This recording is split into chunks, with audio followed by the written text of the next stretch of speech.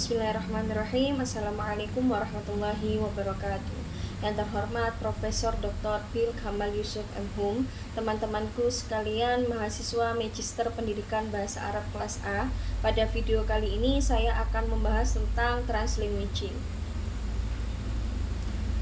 Translanguaging merupakan isu populer yang sedang hangat diperbincangkan, yang telah diteliti dan diakui sebagai metode berpengaruh dalam mensukseskan pembelajaran bahasa asing.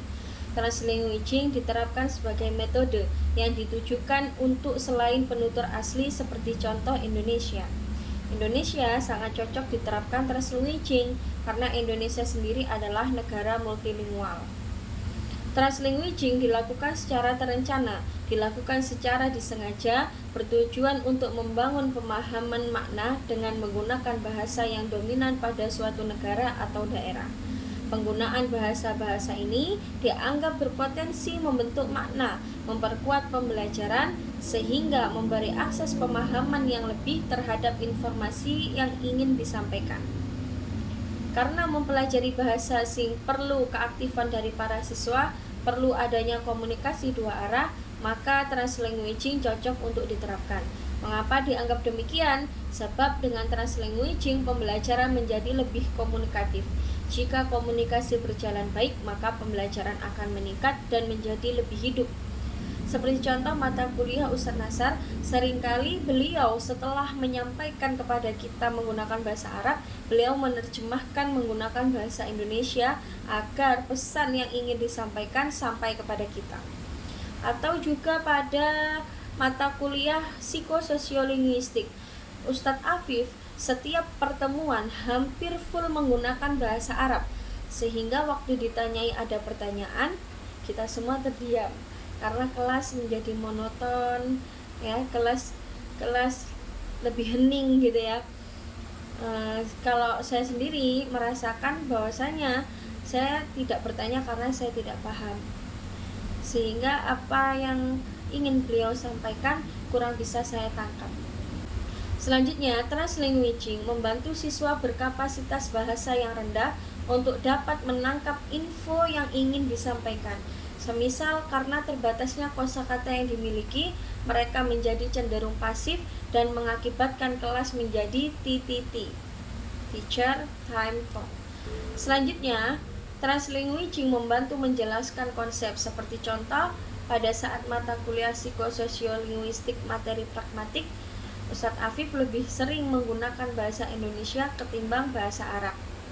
Dan beliau menyampaikan sendiri kepada kita bahwasanya tujuan beliau menggunakan bahasa Indonesia kepada kita yaitu agar kita lebih mudah memahami materi, memahami konsep dari pragmatik. Padahal biasanya setiap perkuliahan beliau lebih banyak menggunakan versi bahasa Arab ketimbang bahasa Indonesia. Di sisi lain, beberapa guru bahasa cenderung menghindari translanguaging sebab mereka mempercayai bahwa hal tersebut memiliki dampak negatif. Seperti yang pertama, cenderung tidak mengembangkan kemahiran berbahasa asing. Kedua, siswa bergantung pada penerjemahan. Ketiga, tidak memiliki cukup waktu atau kesempatan untuk mempraktekkan bahasa asing. Keempat, menghambat pemahaman terhadap bahasa kedua. Yang mana 4 dampak negatif ini ada pada thoriqatul mubasyarah atau metode langsung, yang mana menyajikan materi pelajaran bahasa asing sebagai bahasa pengantar tanpa menggunakan bahasa siswa sedikitpun. Metode ini berasumsi bahwa belajar bahasa yang baik adalah belajar yang langsung menggunakan bahasa asing. Bertolak belakang dengan metode translanguaging, menerjemah merupakan suatu hal yang haram dilakukan pada metode ini. Bahasa dianggap sebagai suatu hal yang terpisah secara mutlak.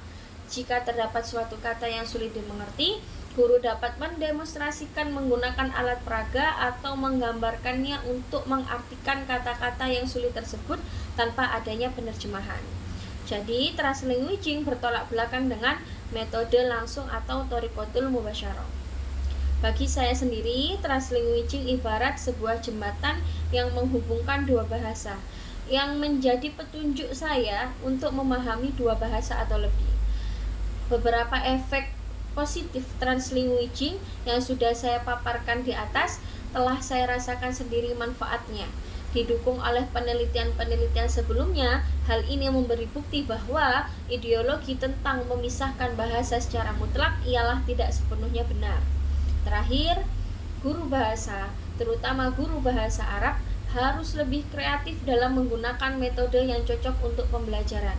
Bagaimana dan kapan suatu metode itu cocok untuk diterapkan, sehingga membuat siswa berpartisipasi di kelas. Tidak hanya sebagian siswa, namun seluruh siswa berpartisipasi dalam kegiatan kelas. Dan akan menjadi lebih nyata jika dalam pembelajaran bahasa, semua siswa terlibat dalam pembelajaran. Mungkin itu saja yang bisa saya sampaikan. Untuk diskusi lebih lanjut, silahkan kita lanjutkan di kolom komentar. Silahkan bagi kalian yang ingin bertanya, ingin menambah ataupun ingin menyanggah. Saya kira cukup, saya akhiri. Wassalamualaikum warahmatullahi wabarakatuh.